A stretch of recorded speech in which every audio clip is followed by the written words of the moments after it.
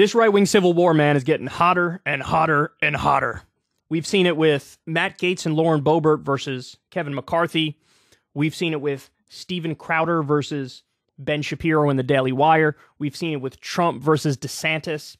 Now, there are some people on the right who are kind of sort of trying to stay above the fray, neutral, you know, say, hey, I love Trump, I also love DeSantis, and, you know, hey, I love everybody in this right-wing movement, bro. There's a few people trying to do that. Well, guess what? The right will not stand for it. People are being forced to take sides. So now we got the big boy, our big wet boy, Donald Trump, is furious at Charlie Kirk. This is awesome. Trump reportedly fumes at ungrateful Charlie Kirk and Turning Point USA for cozying up to DeSantis. Okay, now before we continue, let me just get a fact out there for everybody, because I feel like this is super important, and this will be overlooked. Charlie Kirk has already endorsed Trump for 2024. Charlie Kirk is already pro-Trump. He's already said it. He's already talked about it. I gotta go for Trump. He's already said it. Yeah, you have no idea, based off hearing Trump's response. Why is he mad? Because Charlie Kirk dared to interview Ron DeSantis. Oh, the big guy's so insecure. I love it. Oh, he's the most insecure person I've ever seen on planet Earth. This is amazing. I love it.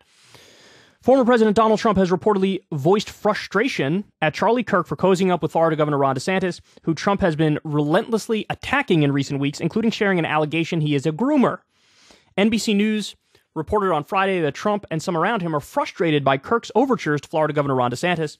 The report by Alan Smith and Vaughn Hilliard details several close allies of Trump relaying those concerns. Quote, Trump feels like he has made Charlie, and Charlie's ungrateful, and Trump's not been happy for a while, a Trump advisor told NBC News on the condition of anonymity. He's like, you call him and you tell him he'd be nothing without my son. I see that Kirk's trying to cover all his bases, trying to triangulate between Trump and DeSantis, and Ron may not care, but Trump notices, the advisor added. Kirk runs the influential pro-Trump MAGA grassroots organization Turning Point USA, which in recent years has become a kind of stand-in for the RNC. All right, now let me pause here to tell you guys, Turning Point USA is propped up by colossal amounts of billionaire cash. It's this idea of like, bro, totally grassroots, they got all these young people who are so on board for them. No, it's propped up by billionaire money. When you look at the numbers, there are more young people are on the left than ever before. And by the way, millennials, as they grow older, are not going right. In previous generations, the older people got, the more conservative they got. Millennials are not going to the right. Why? Oh, I don't know. Could it be because they realize our economy is fake and it's a scam and they're getting hosed every which way and they're not building any wealth? Maybe that does have something to do with it. They continue here. Organizing. So TPUSA organizes large conferences across the country where top GOP leaders address large crowds of activists. A second source close to Trump told NBC, Trump World is very aware of what's coming out of Turning Point. Charlie and Turning Point were very close to Trump since the beginning, but the distance has grown since the beginning of 2022. And then you get to the end of 2022, there's a coordinated effort for TPUSA to build that relationship with Ron. Why? Charlie wants to be next to the new shiny thing on the block, the source continued, concluding, like so many others, there would be no Charlie Kirk without Donald Trump. Wow.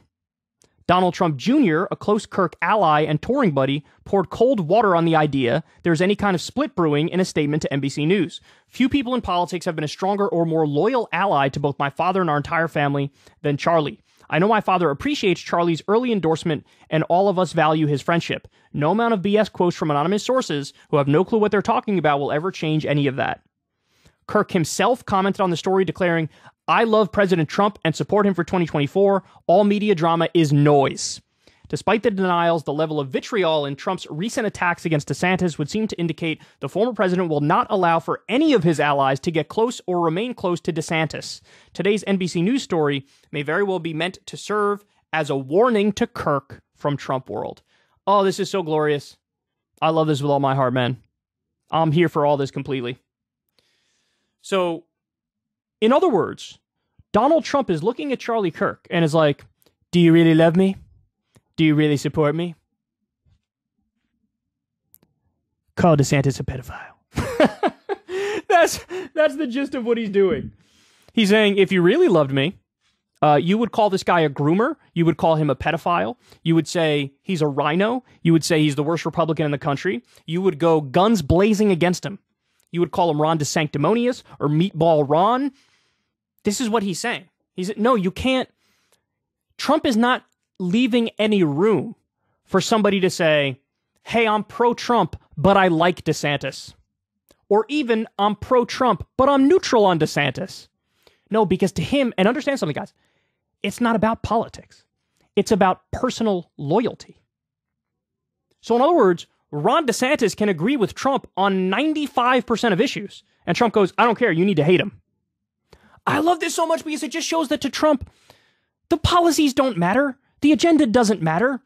It's not actually about how you change the country, what direction you take it, what you do with healthcare or taxes or foreign policy. None of that matters to him at all. It's about, I want to be Overlord, Emperor, God King, and you will worship me and bow in front of me, or you're the enemy. But understand something. Look, I think the big guy is overreaching. I really do. Because at some point, you burn enough bridges, and you got nowhere to go. You're stuck. You're on an island. And so, look, you had like even the Daily Wire during Trump's time in office. They hopped on the Trump train reluctantly. You know, Shapiro supported Ted Cruz, and then he went to Trump when there was no other option. And it was all own the libs 24/7, aren't leftists stupid 24/7, you know, just playing for his side. But you know, he's lost the Daily Wire. He's losing the Daily Wire. Ben Shapiro, Matt Walsh, Candace Owens. You might see the split now. Crowder might still support Trump. It might be his path going forward as he tries to start his new media company or whatever. But like Charlie Kirk, who's pro-Trump, but just interviewed DeSantis, and Trump's like, not okay. Not okay. His insecurity is getting the best of him. And I think he's overreaching. I really do. I really do. I think that with this mindset continuing into the future, this like jealousy and insecurity, I don't think it lands like it did in 2016, where he was able to sort of weather all the storms and come out on top. I think DeSantis will just look more like an adult and more like a serious person and could end up eclipsing Trump if there aren't too many other idiots in the race, which there probably will be. But let him fight, man. Let him fight. I enjoy it so much. I enjoy the fight so much. I can't imagine being in Charlie Kirk's shoes right now. You love Trump. You endorse Trump. You support Trump. But you just interview DeSantis, and Trump's like, ungrateful. Ungrateful. I'll remember this. I'll remember this. Remember what? Remember what? That Charlie Kirk is doing a political thing and a media thing, so he doesn't only talk to Donald J. Trump? He's hedging his bets, but he's smart to hedge his bets. Because the more Trump acts weird like this, I mean, I hate to make the comparison, but you have to. The analogy's staring right at you, right? It's like the jealous ex-boyfriend in high school. You know? Trump was the boyfriend. Now he became the ex-boyfriend. He's super jealous of the new kid on the block, who, you know, the voters are sort of cozying up to a little bit. All the girls are sort of cozying up to him. And Trump's the jealous one, like, don't do that. Don't do that. Don't do that. Please don't. Ungrateful. Disloyal. It's like, well, you don't have a hold on anybody anymore, though, dog. The last 3 elections were lost because of you. The most Trumpy candidates lost because of you. So, anyway. Fun stuff. I enjoy very much. Hope you do, too. All right, guys, that's the show. I love you very much, baby. I love you, baby. Everybody, do me a favor. Hit like on the video, subscribe to the channel, click that little bell icon so you get a notification every single time a video drops. We're trying to get to 1 million subs. Help get us there. If you watch this channel and you like it even a little bit, even un poquito, hit that subscribe button. You know what? Subscribe even if you hate me and just hate watch. Let's get over that 1 million sub mark. I'd really appreciate that. Massive shout out to everybody who supports this show on Patreon. I've never had a conversation with an advertiser in over a decade of doing this show because you guys support me. Grassroots up. Love you to death. Shout out to everybody who supports Crystal Kyle and Friends on Substack. I love you guys too. And remember, guys, since YouTube is treating us, you can listen to the entire show every single day on Spotify.